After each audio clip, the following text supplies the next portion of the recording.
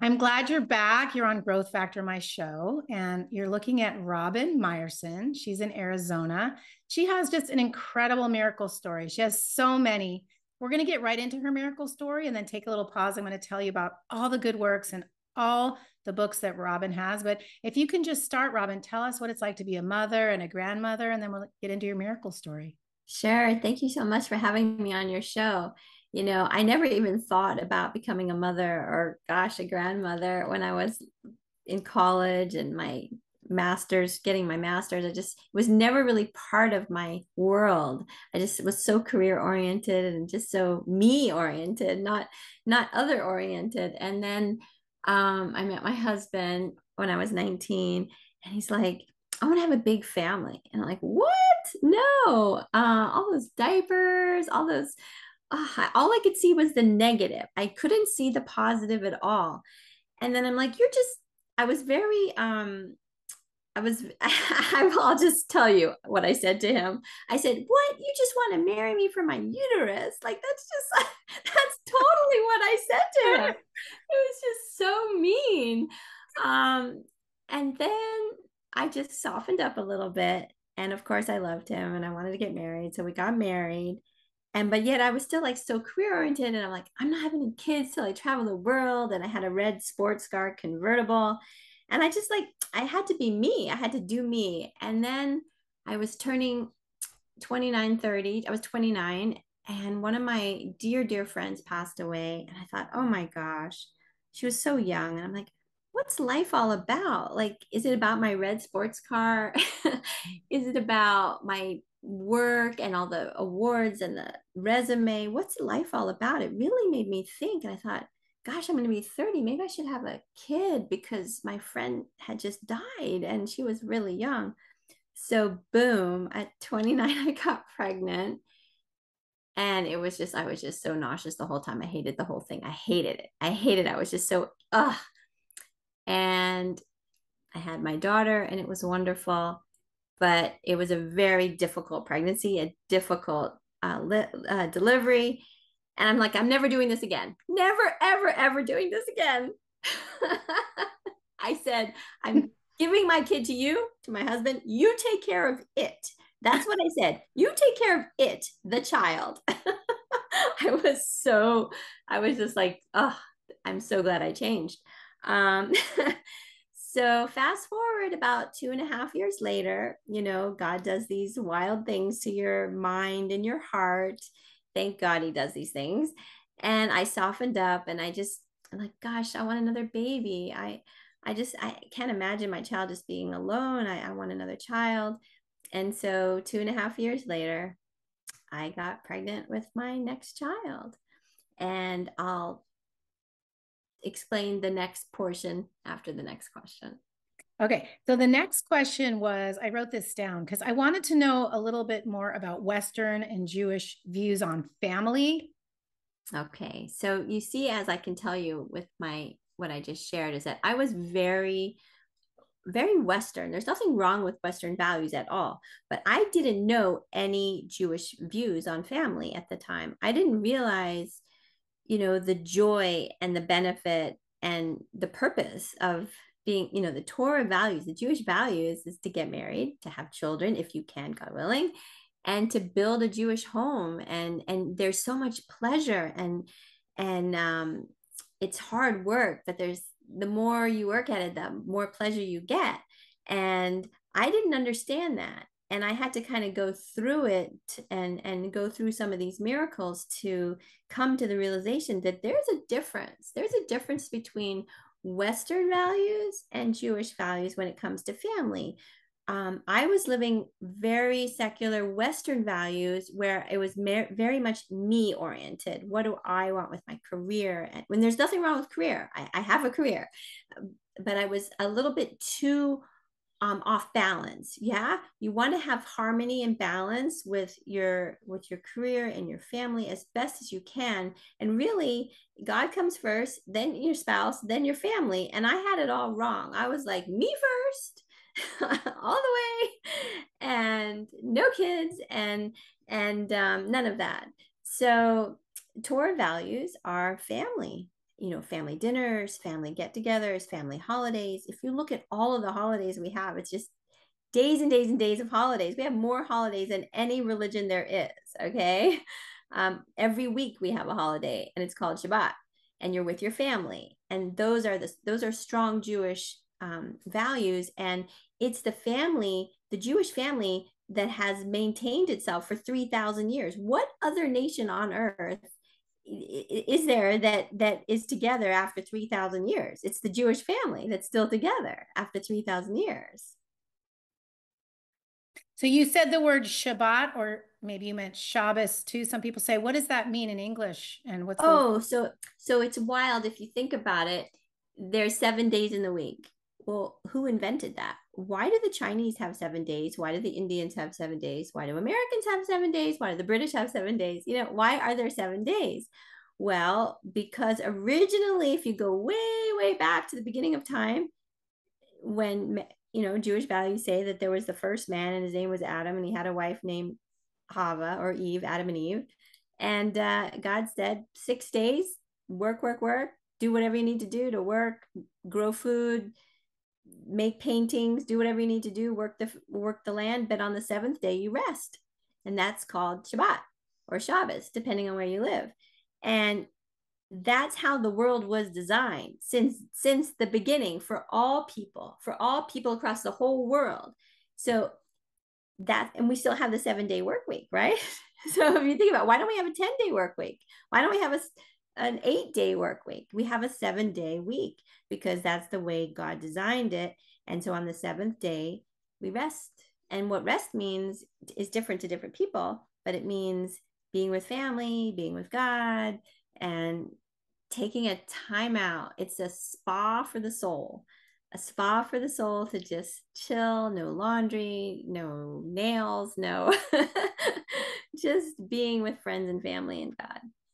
What I think is such a miracle is the word Shabbos, Shabbat, or the Sabbath in English, is that the world knows about it, doesn't necessarily observe it. And I think when you have something higher than yourself, call it God, Hashem, the light, energy, whatever you want to call this entity, something told you take a day of rest. Because we see those who don't observe it by commandment, usually their cell phone's on all the time, their computer, their TV. And we're starting to see, if you have children or grandchildren, it never ends. So when does it end? When you're commanded by something that says you need to stop Friday night at sundown till Saturday at sundown.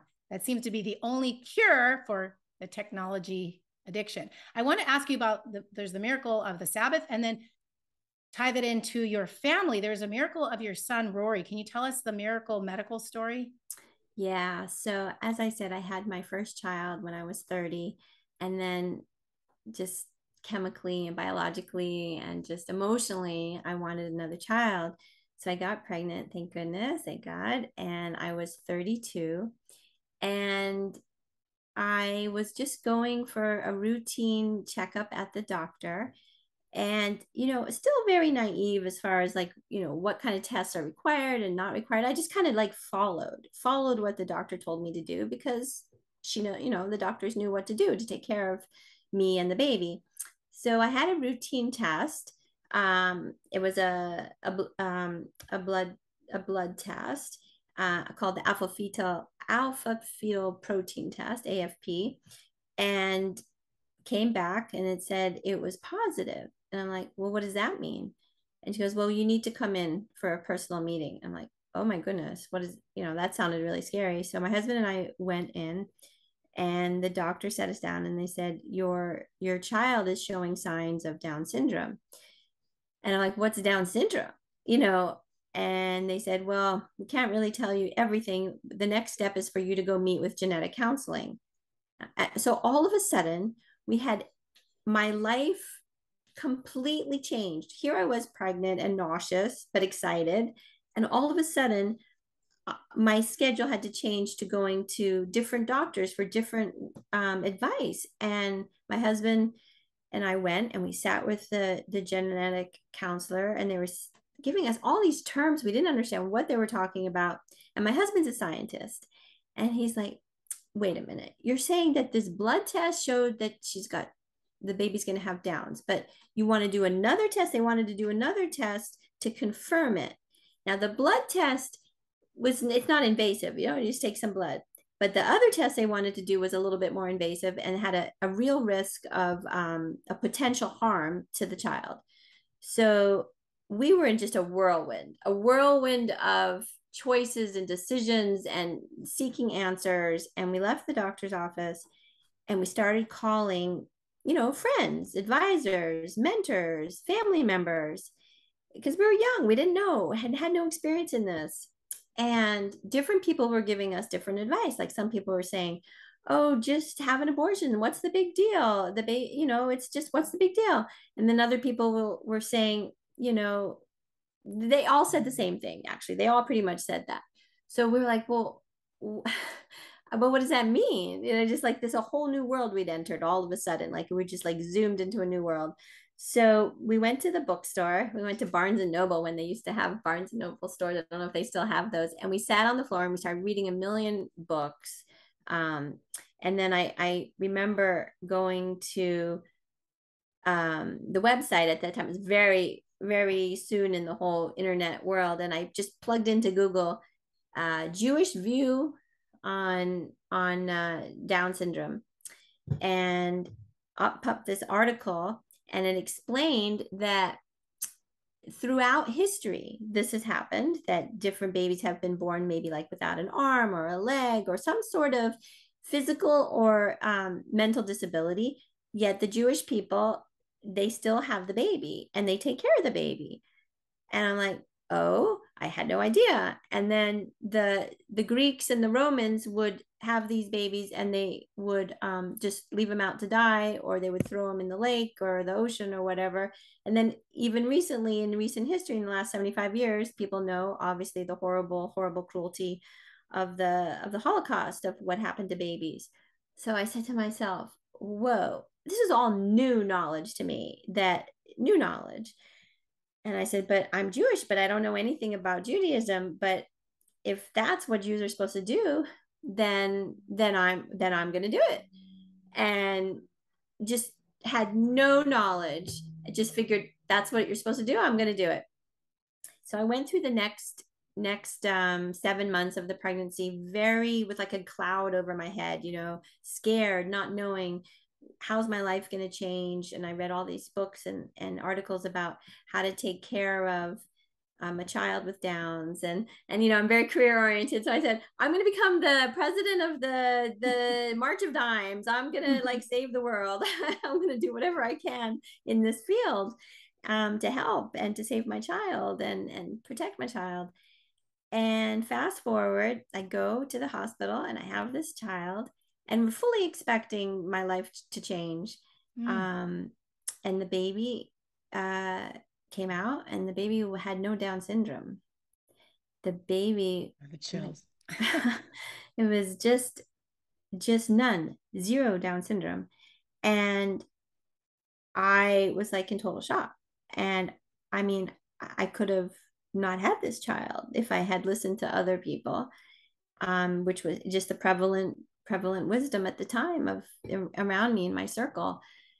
So that changed my life. I realized, wow, I have to learn more about Jewish wisdom, Jewish values, as compared to just whatever I see on TV or whatever I, hear from friends.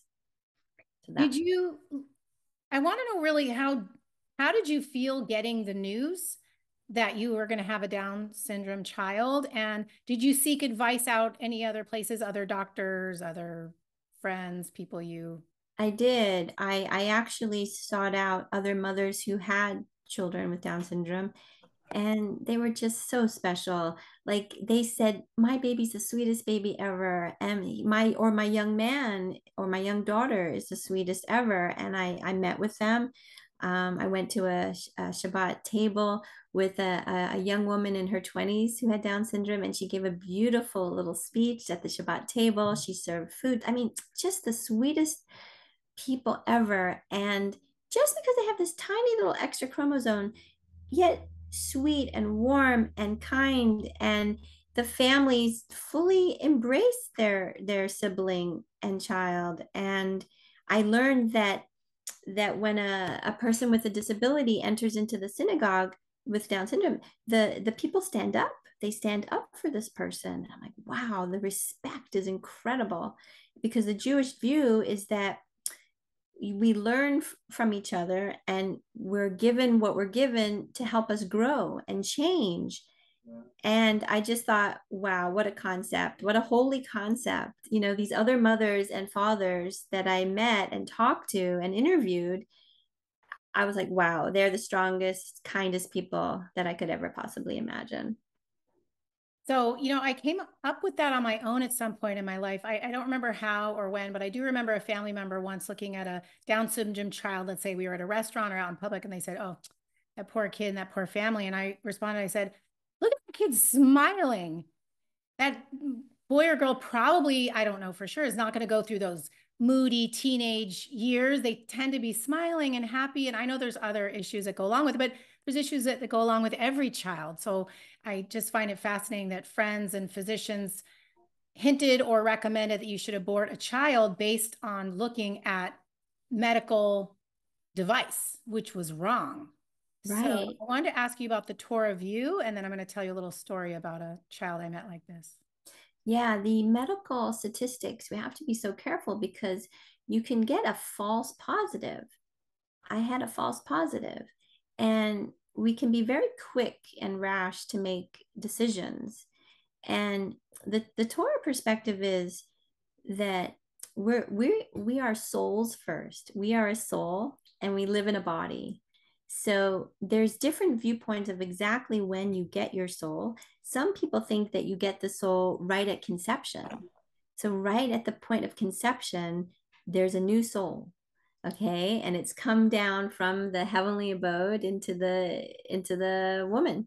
Um, and the other perspective of when the soul happens is 40 days later, 40 days later after conception. And then the third viewpoint is when the baby's actually delivered. That's when the soul enters into the child. So no matter how you look at it, whether it's at conception, at 40 days later, or at birth, there's a soul there. And we're all souls. You're a soul, I'm a soul. And we're just happen to be living in this body. And let's say the body is missing an arm, or the body has an illness. We're still a soul. And that means we're still valuable and we're still precious. And the soul can do so many different things, but it needs its body to do those things. So the Jewish perspective, the Torah perspective is that we're a soul first in a body. Now there are rules and guidelines of when you are permitted to have an abortion, and that's when the mother's life is at risk. So, but every single case is very specific. So, like, it's not like you can just go read a book and say, "Oh, I'm going to make this decision."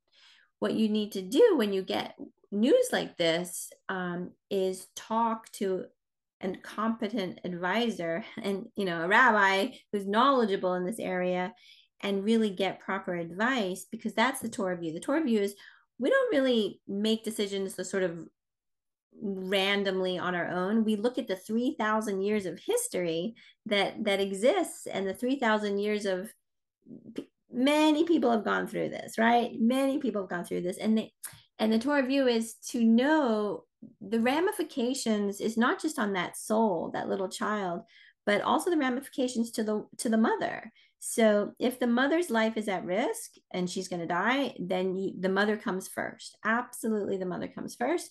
And there are other also incidents, situations where an abortion is permitted, but those are on a case by case situation. I'm not a competent person to answer those, but like rape and incest and all kinds of very horrible situations, there are specific guidelines on when it is permitted, but it's not something that you take lightly and just make the decision on your own. You have to have a competent advisor, helping you. Do you want to talk about the Supreme Court decision? Because my small comment is that I saw women very, very upset, crying, having protests, which I understand. Women want freedom over their own bodies. and the decisions went to the state. So it seemed like, well, we can all move to whatever state we believe in. We believe in abortion from birth to 9 months, we can move to that state. If we believe in no abortion, move to some other state. So it was interesting to me that it went to the state instead of the government reigning over the entire country. But what did you think of the decision? Well, what I thought about the decision was that since the rule was first initiated, I think in the 1970s, early 70s, there have been, I think, 60 million abortions or something like that, some incredible number. And I know in the past, before that rule, before it became legal, there were women who were, their life was at risk because they went to like some dark alley to do an abortion. And, that's terrible. So when I first heard the rule, I was like, oh my gosh, it's like the Torah view. The Torah view is, because if you look at the Supreme Court ruling, it really is if the mother's life is at risk, and in certain situations of rape and incest. So the rule of the land of America has reverted back to more Torah guidelines, which whenever that happens to a nation as a whole, the nation gets blessed, because the nation gets blessed with more good things happening for the nation. When the legal system makes decisions that are contrary to the way God wants to run the world, those countries fall, those nations fall. Like if you look at Greece and Rome, not today, those nations are different. I'm talking about the Greece and Rome from 3,000 years ago. Those nations don't exist anymore. And the promiscuity, I'm not making any judgments on values here as far as that's concerned, but the way life was lived 3,000 years ago, with all kinds of promiscuity, and not the family, which is where we started. The family as a central core traditional statement that a mother and a father and children, and that's the traditional family. That's how you perpetuate a healthy society. And when the nation when the laws of the nation reflect that morality, then the land is blessed. It says right in the Torah that the land is blessed, the people are blessed, the government is blessed when it follows. And the Jewish people, our role is to bring morality to the world, so that, and it falls in this category. So I was glad when it came out. It was scary and confusing, but I was glad that the rule came out this way. So we're talking about life and death decisions. So I want to show your website, Peaceful Return, and explain it. But first, just for fun, let's show Robin's family. Here she is. Can you explain a little bit about your family? Yeah. So for a woman who didn't want any kids and said, you're just marrying me for my uterus. Look what happened. What happened? So there's me in a little white and my husband to my left. And then I have 5 children, thank God. I have 3 girls and 2 boys. And then I have a son-in-law now who's in the gray suit behind me. Yeah, that's my son-in-law. And then I have, in this picture, there's 2 little grandkids, but I actually have 3 little grandsons now. So wow, I went from 0 to all of these wonderful people in my life. So my oldest is 25, my daughter, Raina, and she lives in Sydney, Australia. And then my son, who I was telling you about, is Rory. There he is. He's 21. Look at him. Miracle boy. Here's my miracle boy. And then I have a 19-year-old, and I have a almost 17-year-old. And then I have my little guy. There he is. Azriel. He's 10. And that's a whole nother miracle story. And then I have these 3 little grandsons. In the picture here are 2. But yeah, that's my family. I think I'll go to Peaceful Return since we're talking about life and death decisions. What is Peaceful Return, and what's the Torah view on how we return back to earth? So it's so interesting because just like we were talking about having a baby, like the womb in Hebrew is rachem. It's related to the Hebrew word of rachem.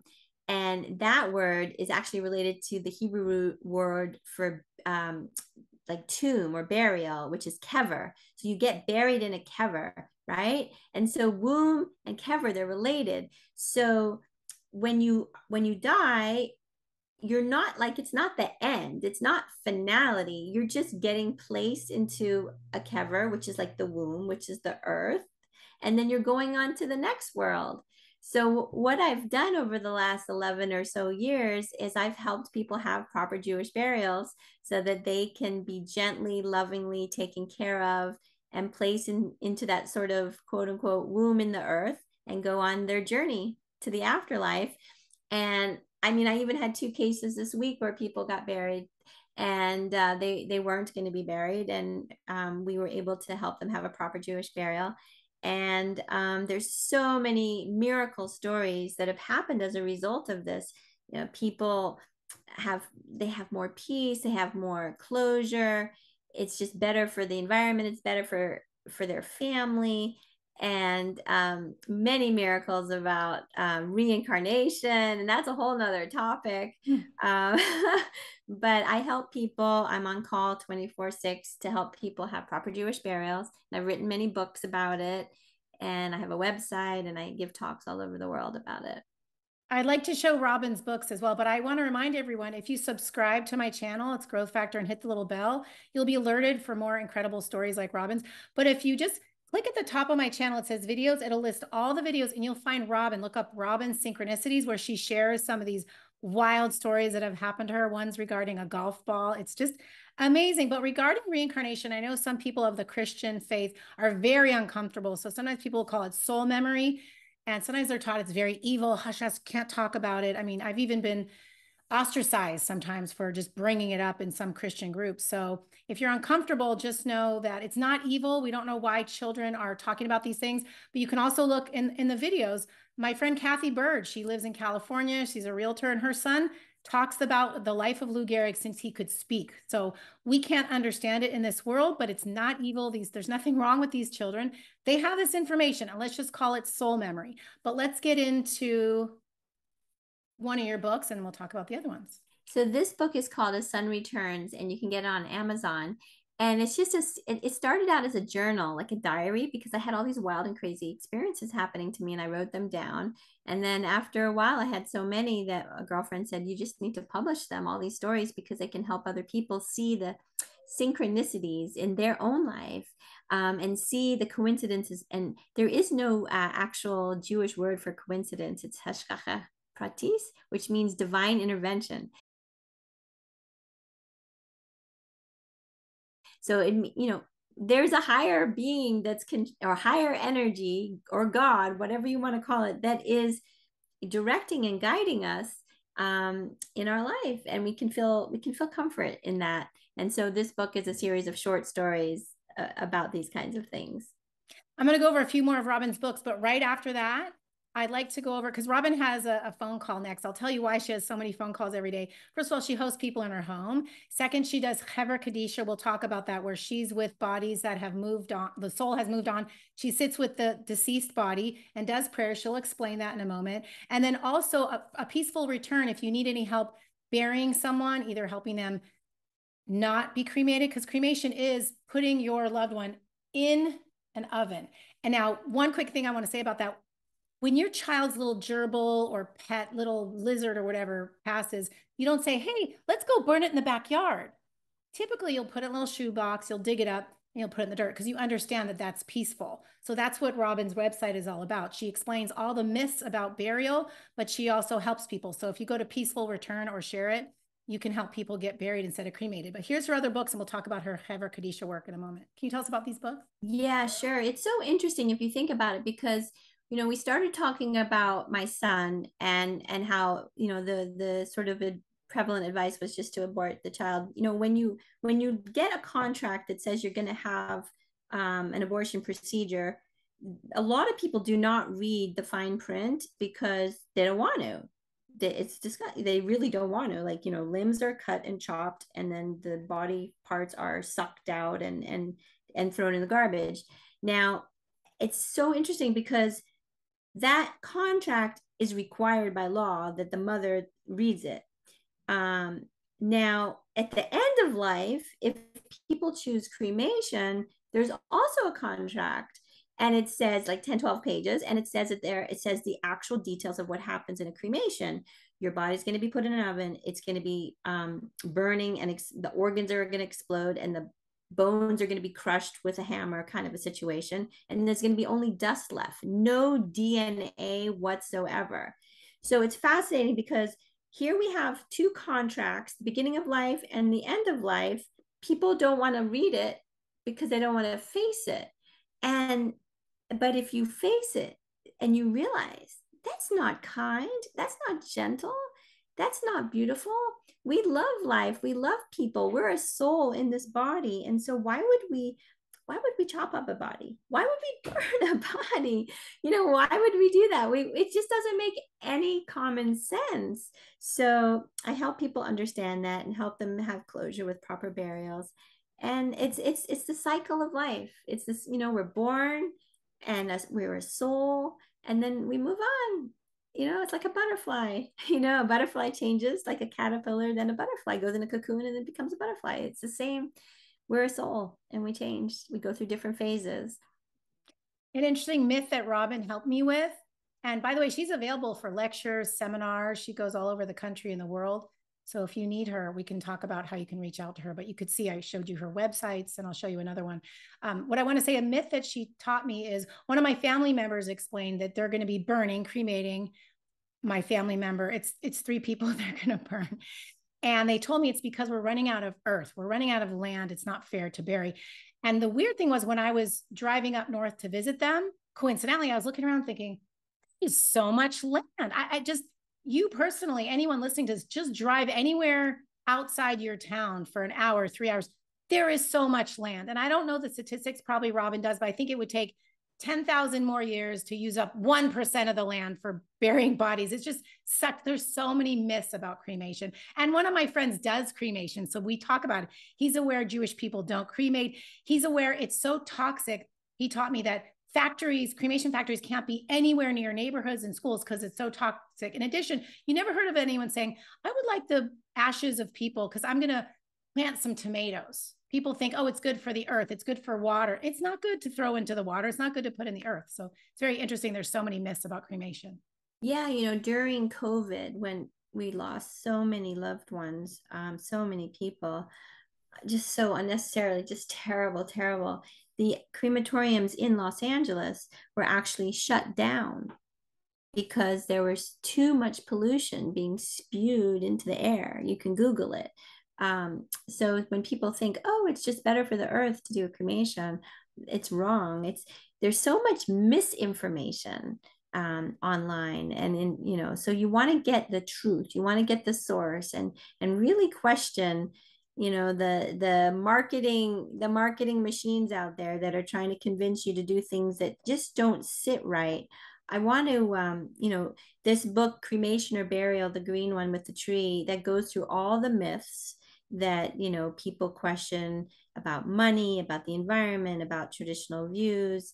Remember My Soul is by my good friend Lori Palatnik, and it's all about the wonderful things you can do when someone passes away. And these are all little brochures. They're very little pamphlets that help explain why burial is better for the earth and for people, and the customs. One of the things that we do, just like when a baby is born, right? When my little son Rory was born, what do the nurses do? They gently wash the little baby, right? And they weigh the baby, and then they wrap the baby in a little blankie. Well, it's the same thing we do at the end of life. We gently wash the person who's passed away. These are our Jewish customs. Then we gently wrap up the person in white clothes, and then we place them in the earth, just like Mother Earth and mother receiving her baby. So these books and brochures, they explain all that. They explain what you can do for the soul after it passes away. So for example, when the body's gone, you can still maintain a relationship with the soul by doing good deeds. You can still do good deeds and maintain a relationship. So A lot of times people will give charity dollars to support a loved one, you know, and give memory to them, or they'll dedicate a building or anything, and just do good deeds, speak nicely in memory of someone. And those are all special things that help the soul. And these are ways we should act anyway, right? We should do good deeds and speak nicely, and it's all better for the soul to do that. And I coach people, I help them have better lives, you know, in this world, right? In this world, we want to be happy. That's our goal, to have vitality and good health. So I coach people on how to make plans and how to implement their plans in this world. That's what I do, like for like my profession, and all the volunteer work and it happens with the end of life coaching and counseling there. So it's just, there's so much good that happens in the world there, and so we just want to be careful not to we want to have good advisors, and check our facts and check what you read, because you know, I actually saw a television show about, that was actually 3 women who were botched abortions. They were living grown-up women, and they were left on the side as babies. They were aborted. You can Google it probably. They were aborted children, babies, but they grew up. And they grew up, I mean, they have some, obviously some scars, big time emotionally and physically. But here you're watching this, and you're watching this show, and you're like, oh my gosh, those are real people. And they were just left in 2022. Do we do that? How can that be? How could that be? So we talked about Hever Kadisha. I'm going to do a screen share and show your website. Can you tell us how people can reach out to you? And also, what does Hever Kadisha mean? What do you do? Sure. So Hever Kadisha means the burial society, or the holy society. It means the holy society, and it's volunteer men and women who help families when their loved one has passed away with getting their bodies prepared for burial. And this is my website where people can reach out to me, they can get a download of a free book that I have. And I give these little classes on how not to waste your life so that you can have more joy and happiness, and do one-on-one coaching with me. So yeah, I'm available online. This other book called Mitos Miracles, I've written several different books. This one is an anthology. It's a bunch of short stories of amazing people. Amalia, you're actually in there. People who transcend their characters. Let's say it's really, really hard to do something, whether it's anger management or patience or losing weight, whatever it is. People tell their stories of how they transcend and overcome and persisted and overcame and had a character trait miracle. Mitos means character trait. So, and these are very inspiring true stories about rising above our natures. And Hever Kadisha, what do you do? What does that mean? So Hever Kadisha means burial society. It means taking care of someone who's passed away and giving them a proper Jewish burial. And so I help people from beginning of life till the end of life, and have a good life, and be buried properly. And if anybody has a crisis situation, I'm on call 24/6 on my cell phone, 602-469-1606. And I get calls from, you know, lay people, and also from clergy who need help. And they need help convincing a family, or maybe they need funds, or maybe they just don't understand the process, and everybody's like emotional and scared and upset. So I calmly walk them through the process, hold their hand virtually, and help them get closure and have a proper burial or any other thing that they need. Well, I don't want to keep Robin from her good work. She has a call in just a few minutes because she's helping people all day long. I've actually stayed at her house. That's how generous she is. When we first met, she invited me and my family to her home, and we stayed in Arizona for about a week. Just want to thank you for that again, Robin. But if you want to reach out to Robin, I'll put everything in the description. And I'd like to do another interview with you where we talk about cremation or burial. Does that sound good? Thank you. Okay, good. Thank you, everyone, for being here. And I hope you enjoyed Robin.